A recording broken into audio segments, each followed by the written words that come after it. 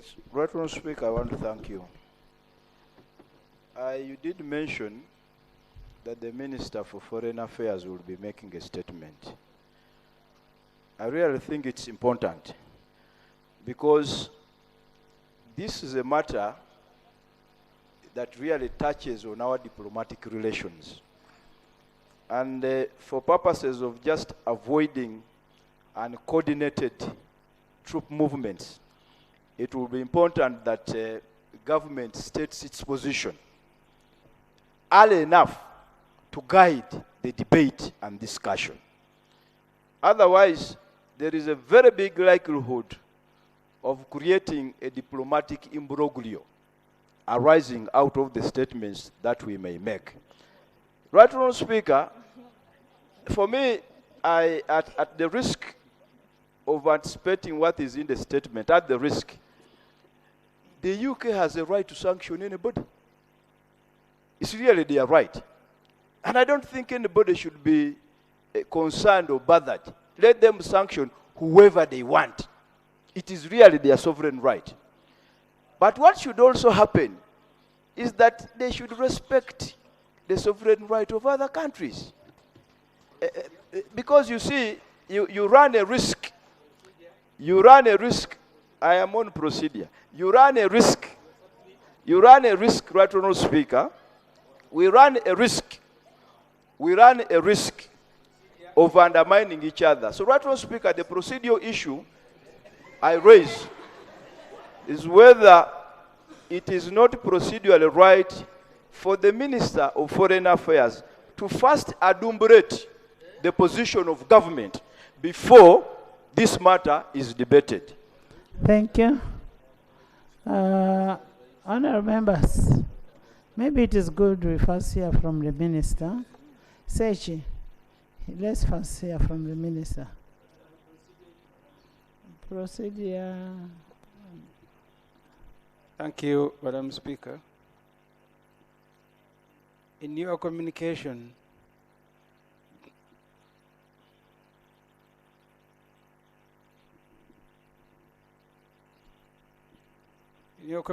you said we have tax bills that are very important, as you enumerated.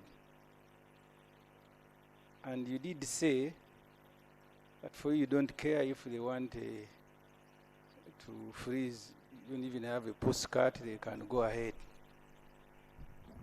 If, Madam Speaker, that is your conclusion, is there, and this is the procedural issue, is there a need for government to issue a statement when one of the persons sanctioned has said she does not care? This matter is not serious. So is there a need for government to again issue a statement if you have closed the matter in that fashion? I may be sanctioned today, tomorrow it is going to be you. It is about your country, not an Anita. Me, I can go back and be in my village.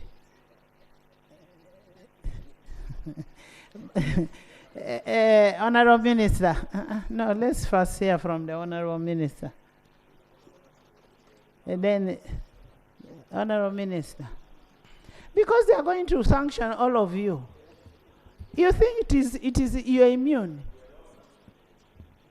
Thank you very much, Right Honourable Speaker. Permit me, pursuant to Rule 52, make a statement to the House and to public. The Republic of Uganda is a stable democracy that enjoys cordial relations with the vast majority of states in the family of nations. Our political landscape since 1996 has continued to evolve in peace and stability, bolstered by faith of its people as the hallmark of the NRM government. Our standing in the region and internationally has reflected the dividends of this peace and stability. The Parliament of the Republic of Uganda reflects the legitimate voice and aspirations of the Ugandan people. It's with surprise that the Minister of Foreign Affairs of the Republic of Uganda learned of a statement issued on the official website of United Kingdom government on 30th April 2024, announcing the imposition of sanctions on open quotes, Ugandan politicians charged with corruption, close quotes. The case referred to under the UK's global anti-corruption sanctions regime concerning two former ministers, the Honorable Goretti Kitutu and the Honorable Agnes Nandutu, represents the first time that this is applied with respect to Uganda. It glosses over the fact that the two cases mentioned had been uncovered by government's own investigative agencies and are currently being handled under Ugandan courts of law. The two on the charge sheet, therefore, remain under presumption of innocence until proven guilty. The third person mentioned in the sanctions regime is the Right Honorable Anita Mong, who is none other than the Right Honorable Speaker of Parliament of Uganda, who has not been charged by Directorate of Public Prosecution in the above-mentioned cases. We therefore seek to find rationale for actions taken by the British government in this sanctions designation.